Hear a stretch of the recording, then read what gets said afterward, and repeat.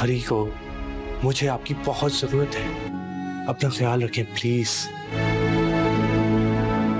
हमारे लिए आप बहुत ज्यादा इस तरह से तो आप बहुत बीमार हो जाएंगे। फाखरा बेगम का तो सारा गरूर ही ख़त्म होकर रह जाएगा। शहरयार क्या जाएगा, उनकी तो जैसे ज़िंदगी ही ख़त्म हो जाएगी। शहरयार उनका इतना फर्माबरदार बेटा कि उनके एक बार कहने पर उनकी सारी बातें मान जाया करता था। अब वो कब से उसे आवाज़ें दे रही हैं और वो सुन नहीं रहा। फाखरा बेगम का रो रो कर बुरा हाल हो जाएगा। फाखरा बेगम ख़ुद को संभाल नहीं पाएंगी।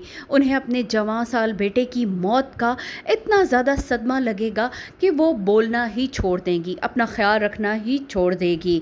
दूसरी तरफ दुर्दाना है, जिसे अब भी अपनी बेटी का ही ध्यान है और अपनी बेटी का ही ख्याल है।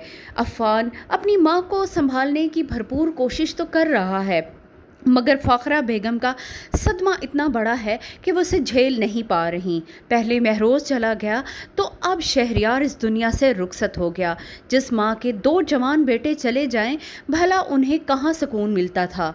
यहाँ पर महरोज़ की मौत तो वो सह गई थी, मगर अब शहरयार की मौत ने उन्हें ख़त्म कर दिया। अब उन्हें एहसास हुआ कि उनकी बहन दुर्दाना किस कदर लालची है। जब एक दफ़ा फिर दुर्दाना और आयमा जायदाद के लिए उनके सामने खड़ी हो जाएंगी कि वो शहरयार के अच्छे खासे शेयर्स की मालिक है, यहाँ पर आयमा को अपनी बेवकी भी भूल जाएगी। उसे इस वक्त याद होगा तो सिर्फ वो दौलत और जायदाद जो शहरयार छोड़कर मरा है और जो उसने आयमा के नाम की है। दूसरी तरफ ऐमल का रो रो कर बुरा हाल होगा।